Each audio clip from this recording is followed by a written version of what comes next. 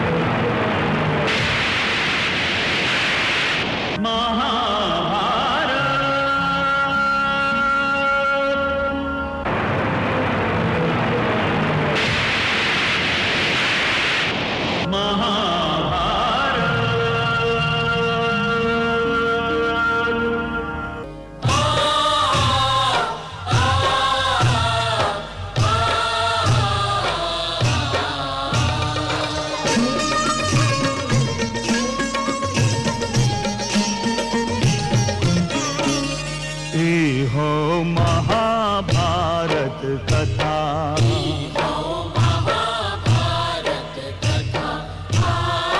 महाभारत कथा,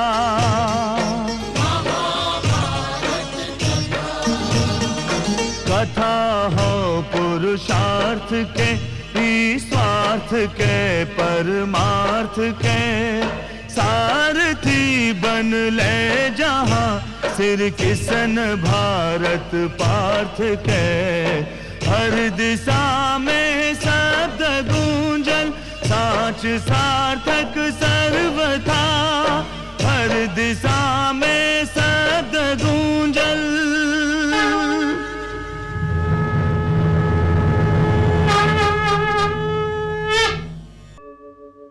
यदा यदा हि धर्मस्य ग्लानिर्भवति भारत, अभ्युत्थानम् अधर्मस्य तदात्मानं सृजाम्यहम्, परित्राणाय साधूनां विनाशाय च दुष्कृताम्, धर्म संस्थापनार्थाय संभवामि युगे युगे।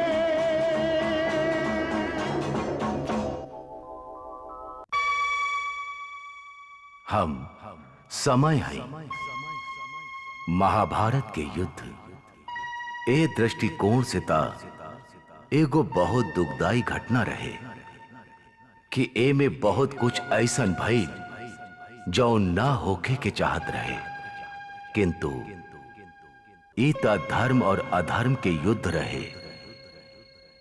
ई युद्ध ना होके ता अधर्म के नाश ना हो सकत रहे, और अधर्म के नाश खातिर धर्म के भी मूल्य चुकावे के पड़ल रहे। भीम के दुख, अर्जुन के अश्रु और युधिष्ठिर के पश्चाताप सब आपन आपन स्थान पर साँच ही रहे, काहे कि वो युद्ध के भूल समझत रहन। परंतु सबसे बड़ सच्चाई ई हा कि भूल के प्रायश्चित, भूल के पश्चाताप ना, भूल के सुधार हा। यदि महाभारत के युद्ध भूल रहे तो ओकर उपचार केवल ई रहे कि ऐसन वातावरण बनावल जाए कि भविष्य में ऐसन युद्ध ना होखे। एहे से जब युधिष्ठिर संन्यास लेवे के निर्णय कैले, तब मन पे छाइल दुख और गहरा हो गई। परिस्थिति अब जौन चुनौती खड़ा कर देले रहे, ओकर उत्तर ओकरा से भागल ना, ओकरा के स्वीकार कर लेले रहे। पांडव ये युद्ध धर्म के स्थापना खातिर कैले रहे। एकर परिणाम में जौन दुख हाथ आयल रहे ओकरा के पश्चाताप और अश्रु ना मिटा सकत रहे। बाकी युधिष्ठिर के ई सत्यता केवल श्री कृष्ण ही दर्शा सकत रहन।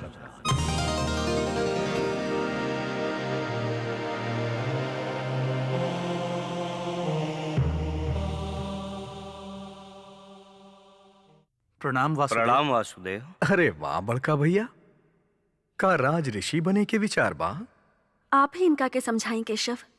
इस सन्यास ले लेवे के निर्णय कर ले बाड़े। सन्यास? ये हम का सुन रहल बानी? का ई सत्य बा बड़का भैया? हाँ वासुदेव, ये बिल्कुल सत्य बा। का हमरा ई निर्णय के कारण जाने के भी अधिकार नहीं खे? कारण तो हम इस सब के बता चुकल बानी वासुदेव, फिर भी तू जानल चाहताड़ा त सुना।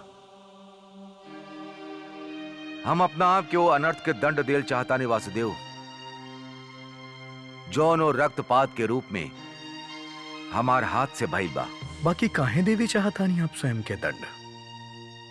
ऐसे कि हम हस्तिनापुर नरेश हैं, और यदि राजा स्वयं अपराधी होके तब केवल उहे अपने आप के दंड दे सकेला। चली बहाना आप स्वयं के हस्तिनापुर नरेश तमन्नी, किंतु राजा के अपन प्रजा के प्रति कुछ उत्तरदायित्व होखेला।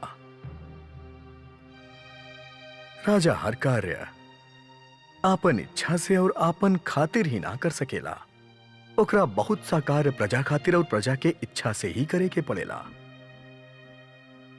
निर्णय लेवे से पहले का आप हस्तिनापुर वासी से पूछनी कि वो भी आपके निर्णय से सहमत बाड़े कि ना? ना वासुदेव, हमारे निर्णय में केहू के हस्तक्षेप करे के कोनो अधिकार नहीं के। ये हमार अंतरात्मा के प्रश्न बा, और हम अपन अंतरात्मा के निर्णय से संतुष्ट बानी। ओह, हम तो ही भुला ही गईल रहनी कि अनुचित समय में अनुचित निर्णय लिहल पांडु परिवार के सबसे महान परंपरा हा। ई कला में तक केहू उनकर हाथ ही नहीं खे पकड़ सकत। जब युद्ध आरंभ होके वाला रहे तब पार्थ आपन गांडीव कंधा से उतार के रख देले रहलन और युद्ध ना करे के निर्णय कर ले रहलन। और अब युद्ध के उपरांत जब विनाश के निर्माण में बदले के समय आई तो आप अपन राज मुकुट उतार के रख देनी और सन्यास लेवे के निर्णय कर लेनी। वाह बड़का भैया वाह। तू हमरा के हमार पद से भटकावे के प्रयत्न मत करा वासुदेव। हम ऐसन कर भी ना सकेली बड़का भैया। का आज तक केहू कोनो मृग के ही बता सकेला कि जौना कस्तूरी खातिर ऊ वन में भटकेला ऊ कस्तूरी ओकर नाभि में छिपल बा? तो कहल का चाहताड़ा वासुदेव? और कुछ ना बड़का भैया,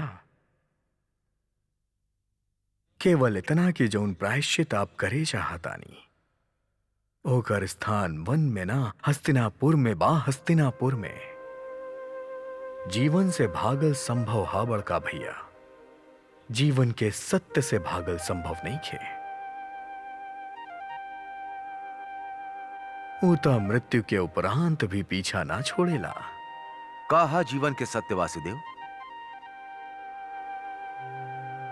जीवन के सत्य ई हा बड़का भैया कि यदि परिस्थिति कंधा पे उत्तरदायित्व के बोझ रख देवे तो उनके कंधा झटक के फेंकल ना जा सकेला। हस्तिनापुर के विनाश हो चुकल बा और ओकर नव निर्माण के दायित्व उन्हीं के कंधा पे बा। जे चाहत भइल भी या ना चाहत भइल भी ओकर विनाश के कारण बनल रहले।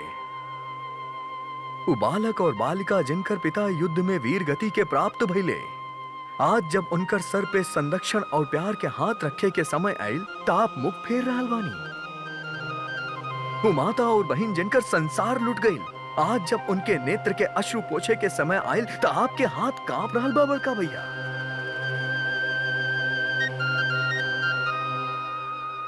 आप आपन पाप के प्रायश्चित करे अवश्य जाई बड़का भैया, अवश्य जाई। किंतु ये भी सुनत जाई कि उनकर सिसकी के अनसुना करके और उनकर पुकार के ना सुन के आप एक बहुत बड़ पाप करे जा रहल बानी बड़का भैया, बहुत बड़ पाप करे जा रहल बानी। तो हम का करी वासुदेव, हम का करी? आप वह करी जौन एगो राजा के धर्म बा बड़का भैया। ईंट से ईंट जोड़ के हस्तिनापुर के एक बार फिर से बसाई।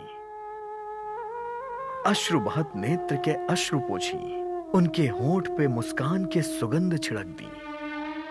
युद्ध के महाविनाश जौन प्रश्न खड़ा कर देले बा, उनकरा से बचे के प्रयत्न ना करी बड़का भैया। उनकर आंख में आंख डाल के उनकर उत्तर देवे के साहस करी। युद्ध में जौन आत्मा के घायल कर देले बा, उनकर घाव पे न्याय, प्रेम, स्नेह के लेप लगाई बड़का भैया। और ये उत्तरदायित्व से भागल युद्ध से भी बड़ पाप होखेला बड़का भैया। याद रखिए, आपके अधिकार केवल कर्म बा। कर्मण्ये वाधिकारस्ते मां फलेषु कदाचन मां कर्म फल हेतर्भु माते संगोत्स विकर्मणि। हाँ केशव, तू ठीक कह रहल बाड़ा। हम भटक गईल रही केशव, हम भटक गईल रही। ग्लानि और शोक हमार आंख के आगे अंधकार के चादर तान देले रहे। तू हमरा के हमार कर्तव्य याद दिला दिला। तू धन्य बाड़ा केशव, तू धन्य बाड़ा जे एगो भटकल के कर्म के मार्ग दिखा देला। तो फिर जाई बड़का भैया और हस्तिनापुर के सिंहासन के ग्रहण करी, जेकरा पे कल भी आपके अधिकार रहे और आज भी आपके अधिकार बा और कल भी आपके ही अधिकार रही। हम आज यहां ही इच्छा लेके आयल रहनी कि आपन बड़का भैया के राज वेशभूषा में और मुकुट धारण कैले देखब।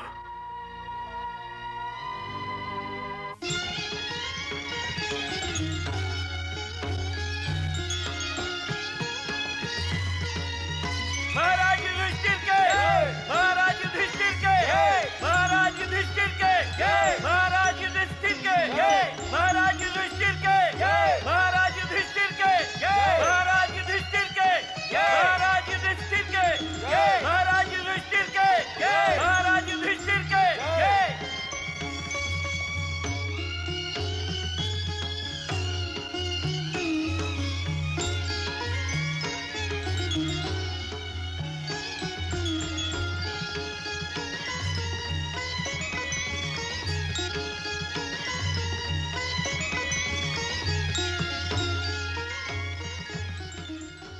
हम महाराज युधिष्ठिर से आग्रह करतनी कि उ राज्यसभा के संबोधित करस। हस्तिनापुर के वासी लोग, जय जयकार हमार ना, जय जयकार तो वासुदेव के होखे के चाहिए। ये तो वासुदेव के ही चमत्कार बा कि आज हमनी के और आप सबके इस शुभ दिन देखे के अवसर प्राप्त भइल। यदि वासुदेव ना होते तो हमने कुरुक्षेत्र के वो रक्त सरोवर के पार करके आज इस सिंहासन पे पहुंची ना पाती। हम अपना ओर से, कुरुवंश के ओर से और समस्त हस्तिनापुर के ओर से वासुदेव के प्रति आभार प्रकट करतानी। किंतु हम जानतानी वासुदेव कि हाथ जोड़ के सर झुकावे की मुद्रा आपके आभार प्रकट करे खातिर काफी ना होगी। यदि हम अपन हृदय निकाल के भी आपके चरण में रख दी तब वो आपके आभार भली भांति प्रकट ना हो पाई। काहे कि वासुदेव आप ही तो हमनी के लक्षाग्रह के अग्नि से बचैले बानी। आप भरल सभा में देवी द्रौपदी के लाज के रक्षा कैले बानी। आप हमने खातिर वनवास और अज्ञातवास के कष्ट के सहनीय और सरल बना देनी वासुदेव। यदि आप ना होती वासुदेव तो हमने पितामह भीष्म, अंगराज कर्ण, आचार्य द्रोण, गुरुपुत्र अश्वत्थामा और दुर्योधन जैसन वीर योद्धा लोग के पराजित करके महाभारत के युद्ध में विजयी होके के सोच भी न सकत रही। जीवन के हर मोड़ पे आप हमनी के मार्गदर्शन कैले बानी वासुदेव। और अब जबकि हम आपके कृपा से हस्तिनापुर नरेश बन चुकल बानी तो हमरा आपके मार्गदर्शन की आवश्यकता बा। हमारा आपसे अनुरोध बा वासुदेव कि आप एक बार फिर हमार मार्गदर्शन करी, हमार मार्गदर्शन करी वासुदेव। हमरा के बताई कि हस्तिनापुर नरेश बनला के पश्चात हमार प्राथमिकता का होके के चाहिए? हमरा सबसे पहले का करे के चाहिए वासुदेव? सबसे पहले आपके वह करे के चाहिए जो उन्हीं समय सबसे अधिक आवश्यक होखे। ऐसन वातावरण बनावे के बा कि महाभारत जैसन युद्ध फिर कबो ना होके, भाई के एक दूसरे के गला ना काटे के पड़े, सर्वनाश ना होके। और ऐसन तभी हो सकेला जब सारे देश में एकता होके। यही से सबसे पहले आपके ही देश के शरीर में एकता के आत्मा फूके के होगी। टुकड़न में बटली देश, छोट छोट आपसी झगड़ा में उलझली देश, जब तक कि एकता के सूत्र में बंद नहीं खे जात, तब तक कि देश महान नहीं खे हो सकत। एकता, शांति और सद्भावना आज ही देश के सबसे बड़ आवश्यकता बा। परंतु ये बिखरल बटल देश के एक करे खातिर हमरा का करे के होके वासुदेव? अश्वमेध यज्ञ। ई देश के एक करे खातिर आपके अश्वमेध यज्ञ करे के होकी बड़का भैया। का अश्वमेध यज्ञ? अश्वमेध यज्ञ अर्थात फेरो युद्ध। अश्वमेध यज्ञ? ये आप का कह रहल बानी वासुदेव? अभी तो हमनी के आत्मा महाभारत के पीड़ा से उभर भी नहीं के पाई। अभी तो युद्ध के कटु याद हमनी के सपना में विष घोल रखले बा। अभी तो हमने वो युद्ध के पश्चाताप से पीछा भी नहीं के छोड़ा पा रहल। और आप एक बार फिर युद्ध के बात कर रहल बानी वासुदेव? हम तो युद्ध शब्द के प्रयोग भी ना कहीं नहीं बड़का भैया। हम तो यज्ञ की बात कर रहल बानी। तो का भइल केशव? अश्वमेध यज्ञ और का हो खेला? अश्व छोड़ल जाला, एगो विशाल सेना ओकरा पीछे जाला, जे वो यश्व के ना रोकेला ओकर राज्य अधीन बना लेल जाला, और जे वो अश्व के रोकेला ओकरा के युद्ध करके परास्त कर दिल जाला। कोनो दूसर युद्ध तक केवल एगो युद्ध होखेला केशव, परंतु अश्वमेध यज्ञ के अर्थ अनेक युद्ध होखेला। महाभारत के युद्ध तक केवल कुरुक्षेत्र के रक्त सरोवर में बदल देले रहे, किंतु अश्वमेध यज्ञ ता सारा देश के रक्त सागर में बदल दी केशव। सारा देश के रक्त सागर में बदल दी। ना केशव ना, हम अश्वमेध यज्ञ के अर्थ जाना तानी। ऐसे हम तारा से कदापि सहमत नहीं की हो सकत। शब्द के अर्थ विचार के अधीन होखेला बड़का भैया।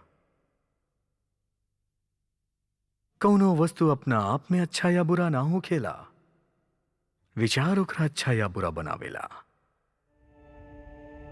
हम जौन अश्वमेध यज्ञ के बात कर रहल बानी ओकर संबंध युद्ध से ना, सद्भावना और शांति से बा। सद्भावना, शांति का हम नहीं जानत केशव कि सदियन से चलल आ रहल ई प्रथा अश्वमेध यज्ञ के इतिहास मानव रक्त से लिखल जात रहल बा। प्रथा और परंपरा विधाता ना बनावेले बड़का भैया, प्रथा और परंपरा मनुष्य बनावेले। और यदि मनुष्य एकरा बनावेले तो है एकरा तोड़ भी सकेले। आप कहल का चाहतनी वासुदेव? कई युद्ध में घोड़ा ना होगी, घोड़ा के पीछे विशाल सेना ना होगी, इस सेना सबके हाथ में घातक और मृत्युदायक शस्त्र ना होगी। ई अश्वमेध यज्ञ में अश्व भी होई पार्थ, और ओकर रक्षा खातिर ओकरा पीछे सेना भी होई, किंतु ई सेना के हाथ में केवल शस्त्र ही ना होई, ओकर हाथ में फूल के माला भी होई। ई अश्वमेध यज्ञ युद्ध के गर्जना ना, शांति और मैत्री के संदेश सुनाई। एमे लोग के गला काटल ना जाई, एमे लोग के गला से लगावल जाई। ई अश्वमेध यज्ञ राज्य के सीमा ना उनके मन जीते खातिर हुई। ये अश्वमेध यज्ञ केवल ई बतावे खातिर ना हुई कि हस्तिनापुर कितना शक्तिशाली हा। ये अश्वमेध यज्ञ तो ई बतावे खातिर हुई कि यदि सब राज्य आपस में गले मिल जाए तो ई देश कितना शक्तिशाली हो जाए। ये अश्वमेध यज्ञ ई देश के महान और शक्तिशाली केंद्र देवे खातिर हुई। एगो ऐसन केंद्र जौन स्वामी ना मित्र हुई, जौन आदेश ना निर्देश दी, जौन राज्य सबके आपसी विवाद मिटा के उनके बीच संपर्क के पुल सिद्ध होगी। एगो ऐसन केंद्र जे विभिन्न समाज और संस्कृति और भाषा के एक सूत्र में बांध के रंग बिरंगा फूल के माला बनाई, और जब ये माला ई देश के भारत वर्ष के गला में डालल जाई तो देश के गौरव, ई देश के वैभव, ई देश के मान एकरा संसार में सबसे सुंदर, सबसे शक्तिशाली, सबसे महान राष्ट्र बना दी। और ये महान कार्य के खातिर हम समय, इतिहास आपके चुन ले बड़का भैया, आपके। काहे कि केवल उदार, सत्यवादी और धर्मराज युधिष्ठिर जैसन महान व्यक्ति ही महान कार्य के संपन्न करे के क्षमता रखेला। उठी बड़का भैया और इतिहास की चुनौती के स्वीकार करी, ये भारत के महान भारत बना दी। वासुदेव ठीक कह रहल बड़े पुत्र, ये महान कार्य हम ना कर सकेनी, कहे कि हम महत्वाकांक्षी रही, पुत्र मोही रही, किंतु तोहरा में तो सत्ता के लालसा नहीं, तू तो स्वच्छ और पारदृष्टि वाला बड़ा।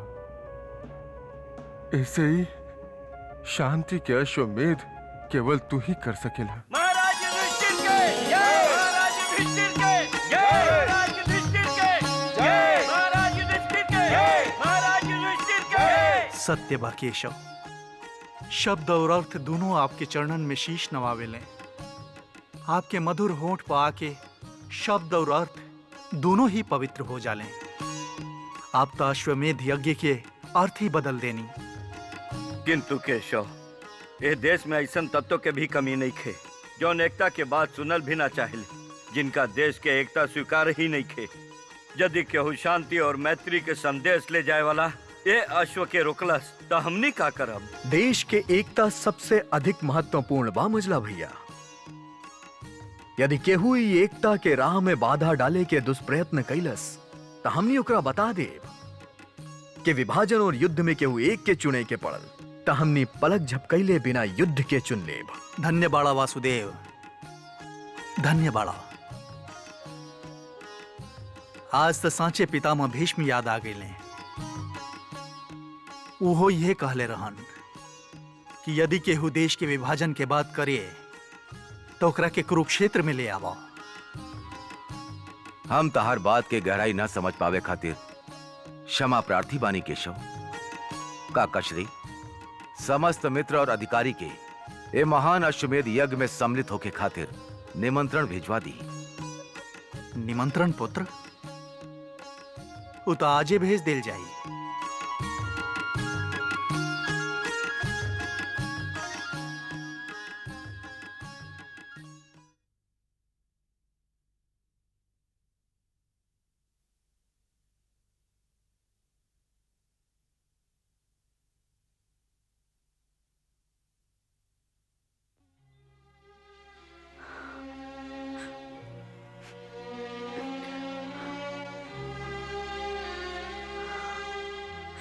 कुंती, कुंती, कहाँ बाड़ू तू? प्रणाम दीदी। हम तो तहरा के बधाई देवे आयल रही। केशव कुरु वंश के फिर से एक बार एक कर देले बाड़े। हमने सबके मिलाप हो गई बा। ओ पुत्र युधिष्ठिर के अश्वमेध यज्ञ खातिर तैयार करके सारा देश के एक सूत्र में बांध लेवे के ठान ले बाड़े। हमनी के परिवार, हमनी के देश यदि एक हो जाए तो ऐसे बढ़ के और का बात हो सकेला? अश्रु, तो रोआ ताड़ू कुंती? नाता दीदी, हम तो नहीं रोवत। तो फिर तहार आंख से ये अश्रु कैसे टपकल? दुख के भांति मन के हर्ष भी असहनीय हो जाए तब पिघल के आंख से टपक पड़ेला। ये अश्रु भी हर्ष के कारण टपक पड़ल दीदी। तू हमरा से कुछ छुपा रहल बाड़ू। देखा कुंती, हम कोनो पराया तो नहीं की। मन पे कोनो बोझ होखे तो कह देवे से हल्का हो जाला। बताव का बात बा? हमरा से काहे छुपा रहल बाड़ू? बोला। छिपावे खातिर शेष ही का रही गइल बा दीदी, जे तारा से छिपाई। कोनो बात नहीं खे, आई आसन ग्रहण करें। ना, कदापि यहाँ आवे खातिर हम ठीक अवसर ना चुन ले रही। हम ओ समय चल ही नहीं जब तहरा हमार ना एकांत की आवश्यकता रहे। कोनो बात ना, हम फिर आ जाइब।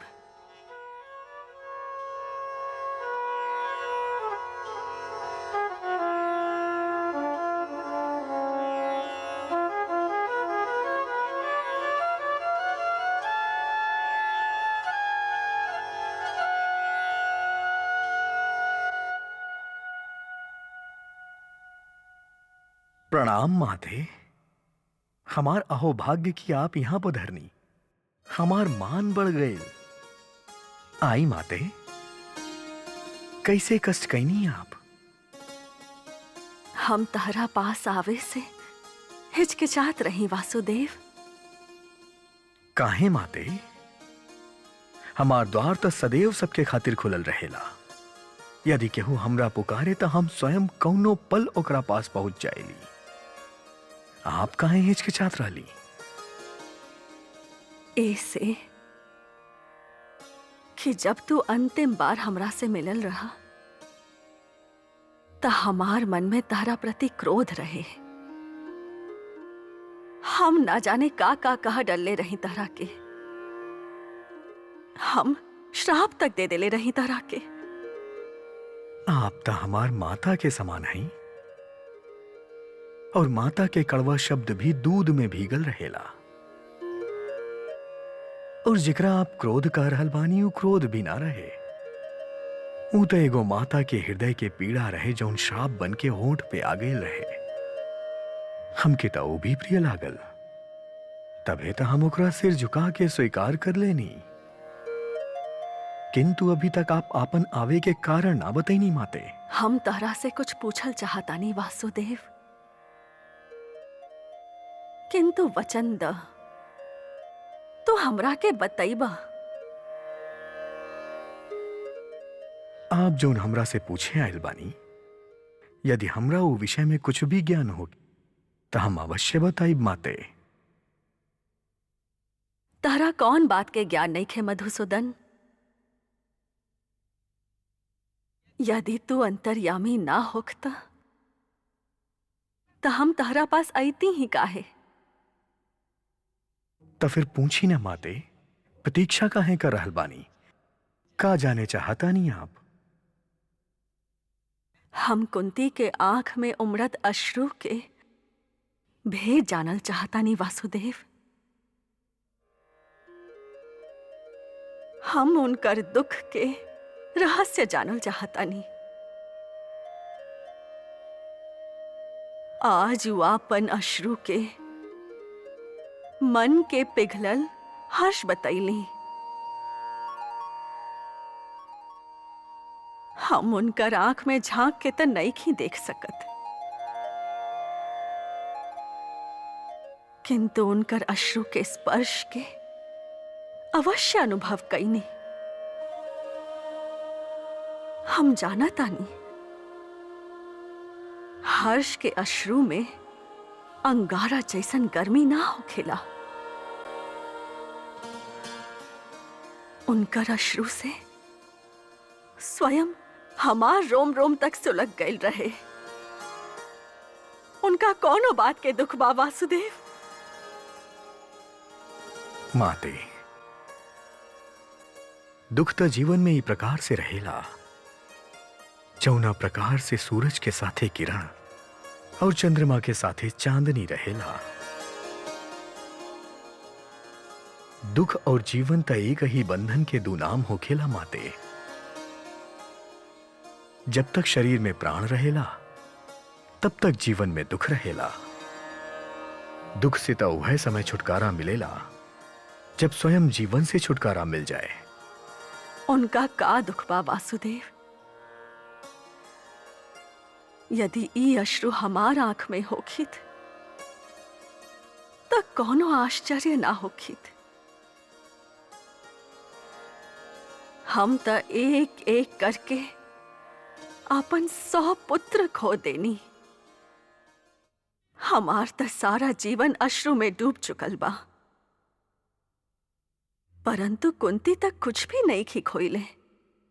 सारा संसार जानेला उनकर 5 पुत्र जीवित बाड़े। सारा संसार ये अवश्य जानेला कि उनकर 5 पुत्र जीवित बाड़े।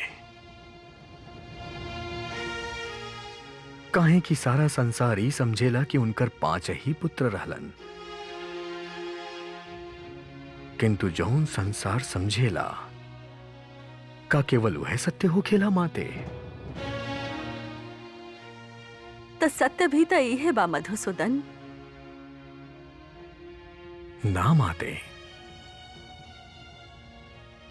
संसार उस सत्य के ना देख पावेला जौन समाज के खोखला और परंपरा के आडंबर के कारण स्वयं के छिपावे में विवश हो जाला। तू का कह रहल बाड़ा वासुदेव? हम कुछ समझ नहीं की पा रहा। यदि ई सत्य नहीं खे तो फिर सत्य का बा?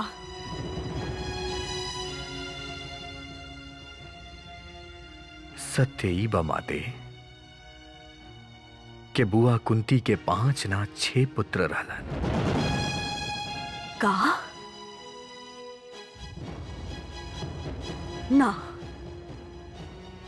ई नहीं हो सकत, कदापि नहीं हो सकत। ऐसा ना होत माते, ताप के उनकर अश्रु में अंगारा जैसन गर्मी के अनुभव भी ना होत। किंतु उनकर 6ठा पुत्र के रहे?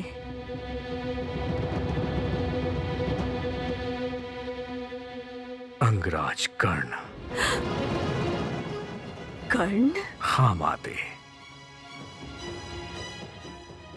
अंगराज कर्ण कौन्तेय रहलन। 5 पांडव के ज्येष्ठ भ्राता। उनकर जन्म बुआ कुंती के विवाह से पहले सूर्यदेव के वरदान से भइल रहे। बाकी कुंवारी माता कहलावे के लांछन के भय से उनकरा इस सत्य के संसार से छिपावे के पड़ल रहे। हे ईश्वर, ये हम कहा सुन रहल बानी? हमनी के कर्ण कुंती पुत्र रहे त कुंती बतैली काहे ना? यदि वो केवल हमरे के बता देती तो ईश्वर के सौगंध युद्ध ना होखित, महाभारत ना होखित, कदापि ना होखित।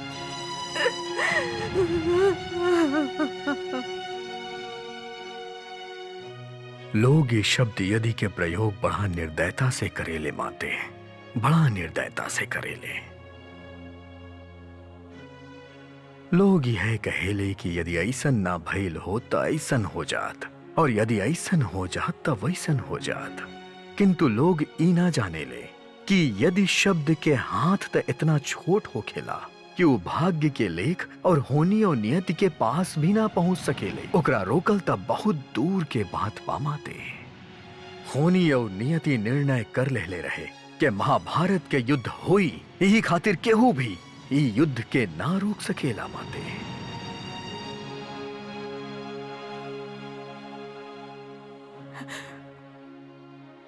तू ठीक कह रहल बाड़ा वासुदेव। ए युद्ध के केहू ना रोक सकत रहे। कोमल भावना परिस्थिति के क्रूर धारा के दिशा नहीं के मोड़ सकत। किंतु का कर्ण जानत रहे कि वो कुंती पुत्र रहे। हाँ माते, कर्ण के इस सत्य के ज्ञान हो चुकल रहे कि वो कुंती बुआ के ही पुत्र रहले।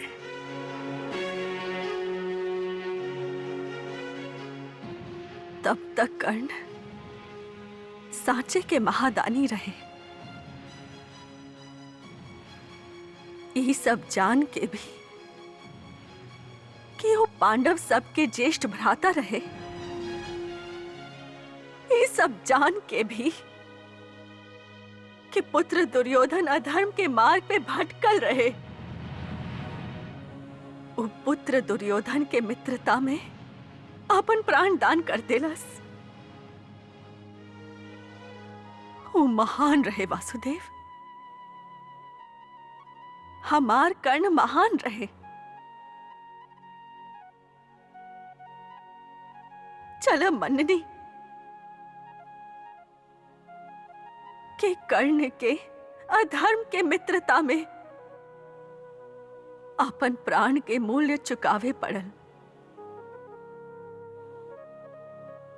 किंतु दुख त ए बात के बा वासुदेव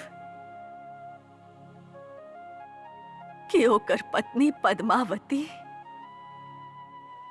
और पुत्र वर्ष केतु के कौन अपराध के दंड भुगते के पड़ रहल बा।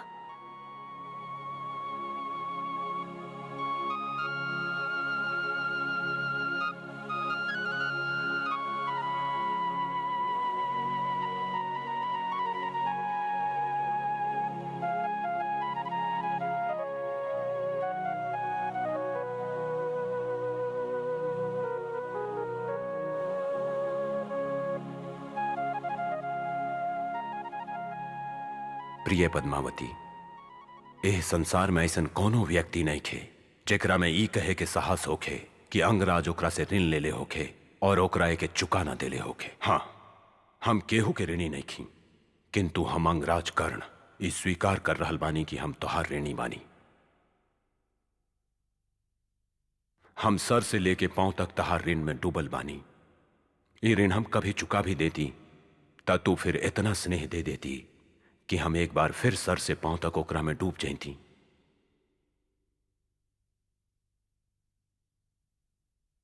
हम वचन देतानी कि जीवन के अंतिम सांस तक हम तहारी ऋण चुकावत ही रहब। बस ही नहीं खी जानत कि जीवन और जीवन के अंतिम सांस के मध्य में दूरी कितना रह गई बा। काहे कि गुरु द्रोणाचार्य के पश्चात कुरुसेना के सेनापतित्व के भार हमार कंधा पे आ पड़ल बा। हमरा पता नहीं खे कि हम एह भार के लेके रणभूमि से उबर पाइब कि एह भारी बोझ तले पिस के रह जाए।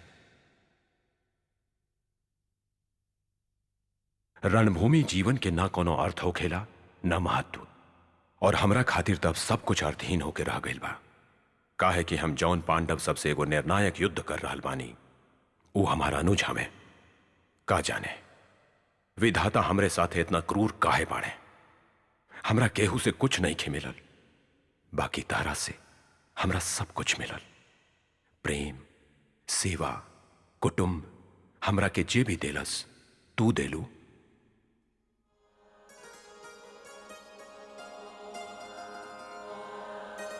एह से हम स्वयं के केवल तहार ऋणी समझीला। एह से हम तहार ऋण चुकावल भी चाहता नहीं, किंतु यदि ना चुका पैनी तो ई मत समझिया कि हम एक पल खातिर भी भुला गए रही। ई समझ के हमरा के क्षमा कर दिया कि हमरा चुकावे के अवकाश न मिल सकल। काहे कि दुर्योधन और उनकर समस्या के कारण हम युद्ध में उलझल बानी। रणभूमि में भी तहार स्मृति और छवि हर पल हमार साथ रहेला। तहार अंगराज कर्ण।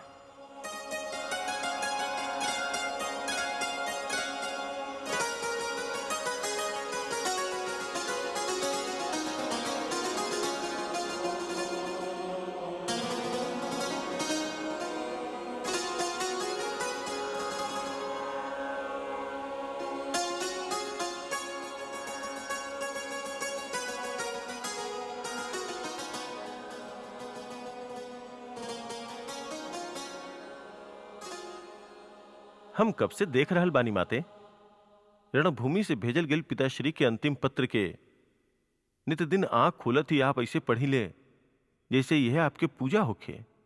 प्रेम की स्मरण पूजा ही तो होखेला पुत्र। किंतु माते, ए पूजा से का लाभ मिलेला? पूजा से लाभ न मिलेला पुत्र, पूजा से मन के शांति मिलेला। यदि हमने जीवन की सच्चाई की ओर से मुंह फेर लेता नहीं माते, तो एकर ये अर्थ नहीं है कि जीवन की सच्चाई भी हमनी ओर से मुंह फेर ले लेबा। हम कुछ समझनी ना। जीवन अशांत होके तो मन की शांति कैसे मिल सकेला माते? अतीत के मृतक शरीर से लिपटे रहे से वो फिर से जीवित ना हो जाला, और जीवित हो भी जाए तो का? अतीत हमनी के का देले रहे? भूल जाए आप अतीत के माते, भूल जाए। हम कैसे भूल जाए अतीत के पुत्र? आज हमरा पास जे कुछ भी बा वो अतीत ही तो देहलस। अतीत हमरा के सत्य देहलस, प्रेम देहलस। आज यदि हम अंग राज्य में बानी तो अतीत के कारण, आज यदि हम तहार माता बानी तो अतीत के कारण। तू का जाना पुत्र, हमार खातिर अतीत के अर्थ अंगराज कर्ण के प्रेम है, और अंगराज कर्ण के प्रेम के अर्थ हमार जीवन है। हमरा तो आज भी अतीत के एक एक बात याद बा, ऊ जौन हमरा पे बीतल, और ऊ जेकर हम अंश भी न रहनी। किंतु जब तुहार पिताश्री से सुननी त ऐसन लगल जैसे हम स्वयं होकर साक्षी रहल बानी। तोहार काकी द्रौपदी के स्वयंवर तोहार पिताश्री के संसार ही बदल देले रहल।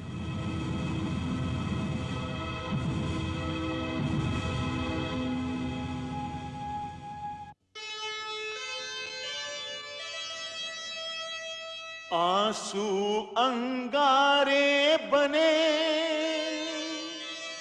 स्वप्न बन गए धूल,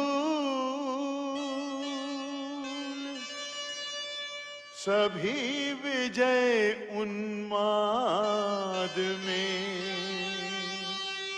गए कर्ण को भूल।